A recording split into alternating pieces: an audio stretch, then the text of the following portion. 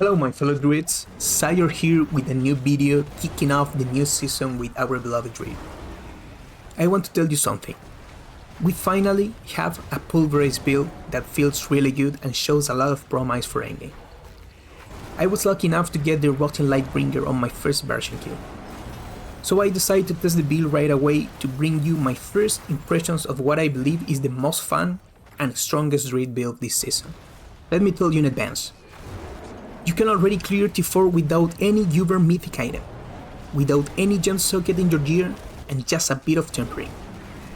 Later in the video, I will show you the gear, skill tree, and Paragon in detail. The planner is also in the description so you can check it out. I'll be updating it as we move forward in the season. Let's go with the first impressions. How it works. First, I want to explain the core of the build. So it works smoothly, it's not hard to understand, I will keep it simple. First and most important, our new unique mace, Rotting Lightbringer. Now Pulverize deals a percentage of its normal damage as poison damage. That's the main effect of this weapon. And every time we Pulverize, those poison pulls guarantee an overpowered hit. Second, let's move on to Grizzly Rage. This will be the most broken Druid ultimate this season.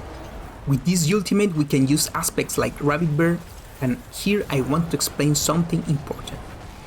The aspect says that while using Grizzly Rage, or while in that form, our direct damage turns into poison damage, and our total damage increases by a certain percentage.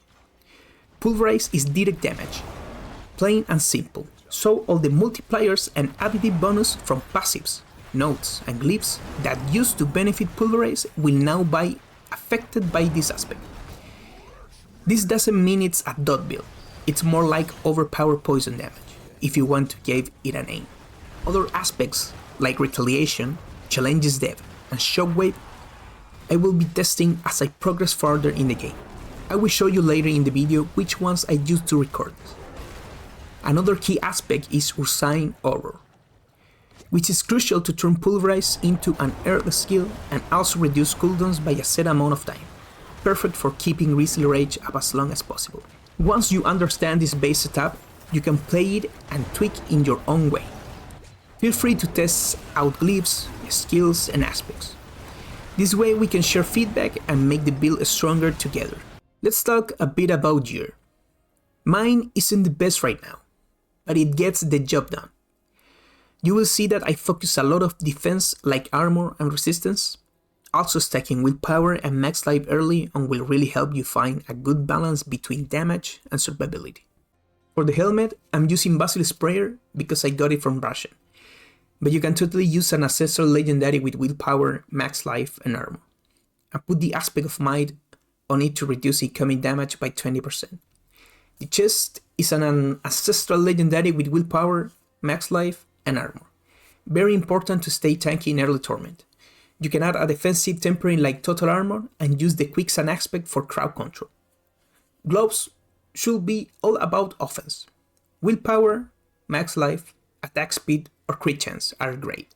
If you find a pair with Pulverize ranks, even better. Here I use Retaliation to boost Pulverize damage. For the pants, same deal. Willpower, max life, and armor or resistance, with the ballistic aspect to add +2 to Pulverize. Boots should be a mix of damage and defense. Willpower, max life, and all resistance. Temporary movement speed is must for mobility. We will use the Ursine Horror aspect here. This one is mandatory. Our weapon has to be Rotting Lightbringer. Mine has this roll, but ideally you want to look for GA with a chance to make Pulverize hit twice. For the amulet, well, you need a bit of luck to get a good one. I recommend at least one with willpower and the envenom passive. I place the Rabbit Bear aspect here. For the first ring, willpower, max life, and vulnerable chance, this is crucial to boost your damage. I use Challenges Depth here, which increases your damage against poisoned enemies. Second ring, willpower, max life, and attack speed are great stats.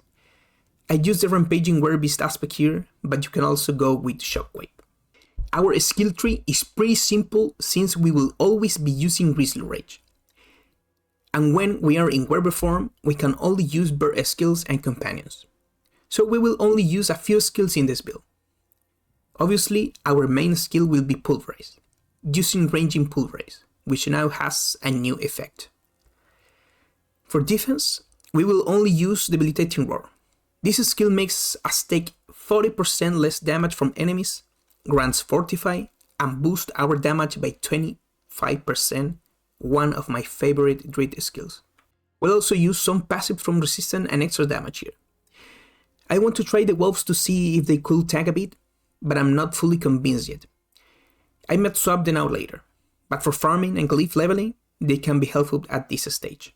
Some passives to boost Pulverize damage. I will show you them to you now so you have them clear from the start.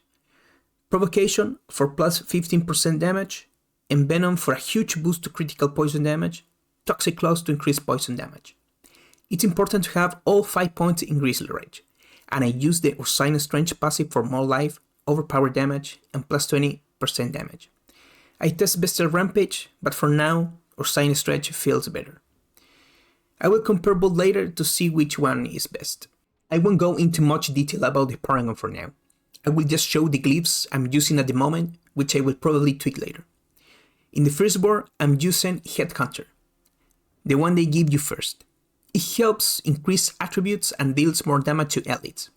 A very solid glyph to start with. Second war is Earthen Devastation. Try to reach the main node as soon as possible. The glyph here is Earth and Sky, giving plus 10 nature magic damage, must have. Next board, I think the second most important node is Survival Instinct, with the glyph Keeper. Since Pulver now deals poison damage, that 15 non-physical damage bonus helps a lot. Then we have Hate and Malice, a very strong node that will boost our damage significantly. I place a few points here, and the glyph I'm using is Spirit, which increases crit strike damage.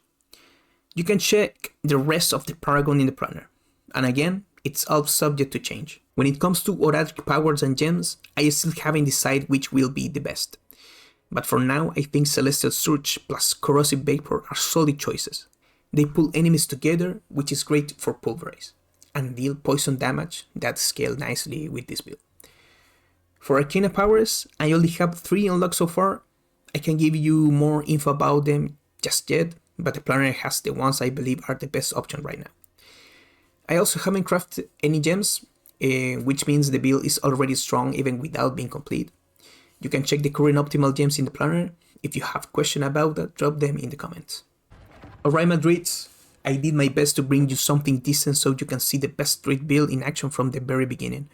Obviously there is still lots to improve, gear, tempering, Paragon.